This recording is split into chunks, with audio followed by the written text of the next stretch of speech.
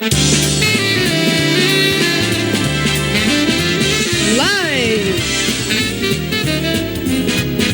from downtown Jackson, it's the Bart Hawley Show.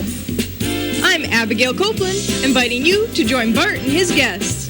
Jackson Story Fest next week. What a great tradition this community has in stories. It's a community collaboration, the Jackson District Library helping to pull all the pieces together to put on a great weekend of storytelling for all ages. The school kids will be seeing and hearing storytellers all throughout the town.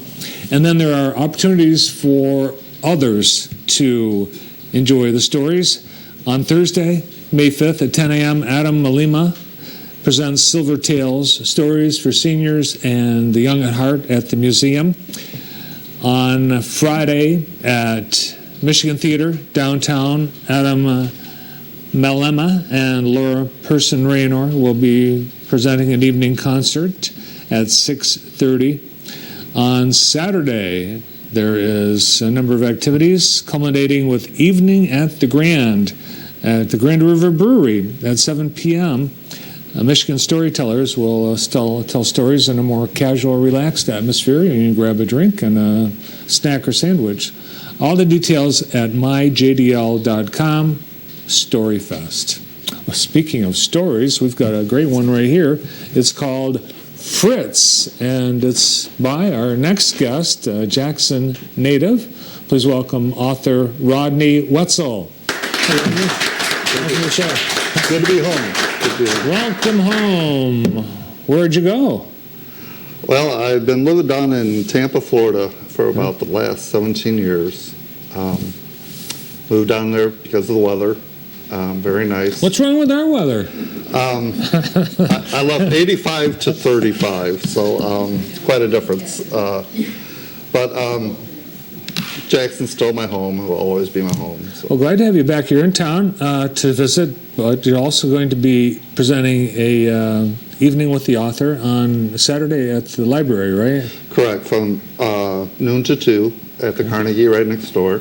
Then I might have a private event afterwards, and we're going to have the Act 3 band playing there for a private event with special guest Steve Tucker. It's going to be quite an affair. So just great homecoming for me, coming back to Jackson. It's That's great. cool.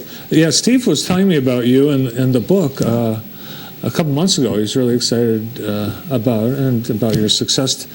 Is this your first book? This is my first book. Actually, this book, I started writing this book back many years ago. I was in a very severe car accident, and part of my rehabilitation was writing this book. And to tell you the truth, the book's been on the shelf for a long time, and my wife says, no, we're going to go get this published. So she twisted my arm, actually behind my back, and went and got it done, and it's been doing very well. So. It's a fiction horror. Yes, horror book, and it's in a fictional town, but it's got a lot of similarities to Jackson. Well, it is in Jackson. The town's called Parksville, but it doesn't take very much to figure out that that's basically Parma, Michigan. Okay. A lot of things occur in Jackson. The police captain is from Jackson. The priest is from Jackson. A lot happens in Jackson and different communities in the Jackson area. So. And it's to me, I thought, wow, this looks potentially controversial, because you've got high school students killed, right? So that's one thing, and then you've got out-of-body experiences, and you've got maybe even like zombie-like. There's. Yeah, I don't want to give away too much. Okay, yeah, no spoiler alerts but, here. It does have a creature that was hidden for many years that come back, and it's definitely not a book for youth. It's an adult book. I'm a little twisted, I guess. Is Fritz the Fritz is the person? Fritz is the creature. The creature. Yes. Okay. Yes. And actually, this started out as a short story I wrote with my brother called The House of Fritz many years ago. Mm-hmm. And that's where the name Fritz came from. It wasn't anything special, you know. And then as a history major, I found out that they thought that Mengele had escaped Germany using the name Fritz. So after that, it was like, if I ever write a horror book, it's going to be called Fritz.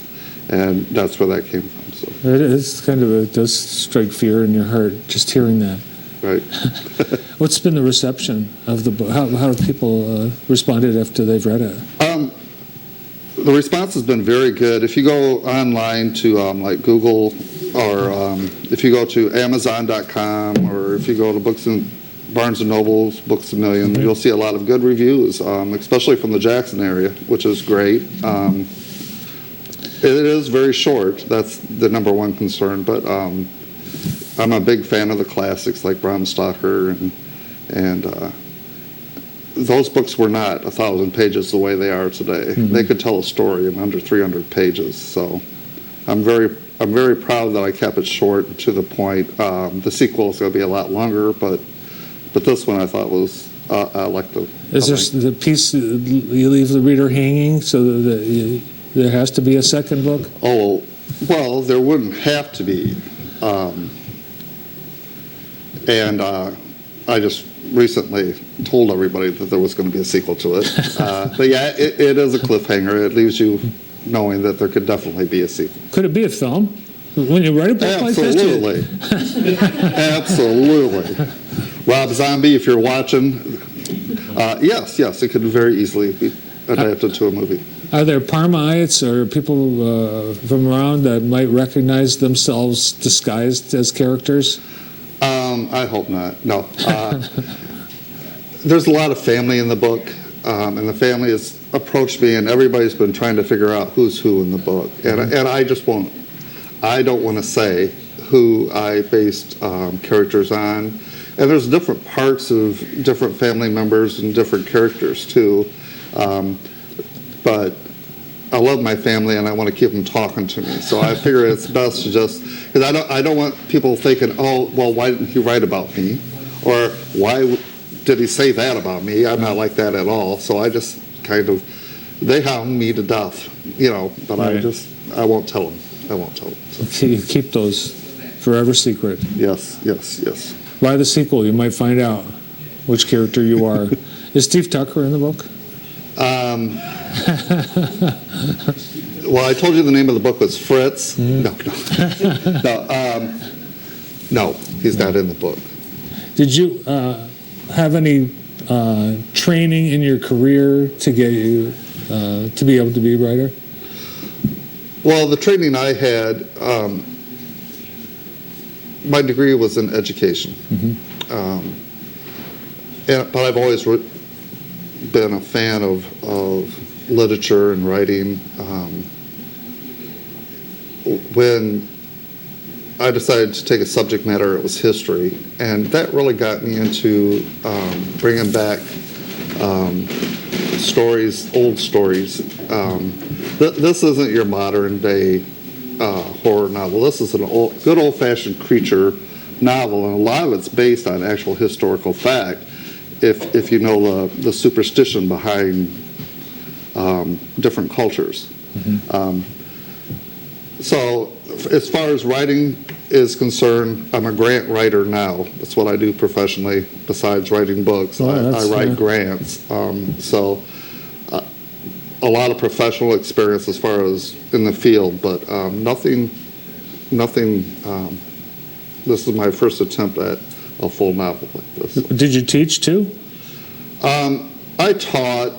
It's funny because I got my degree in education, but I wound up working in the field of vocational rehabilitation, mm-hmm. Which I loved. I absolutely love that.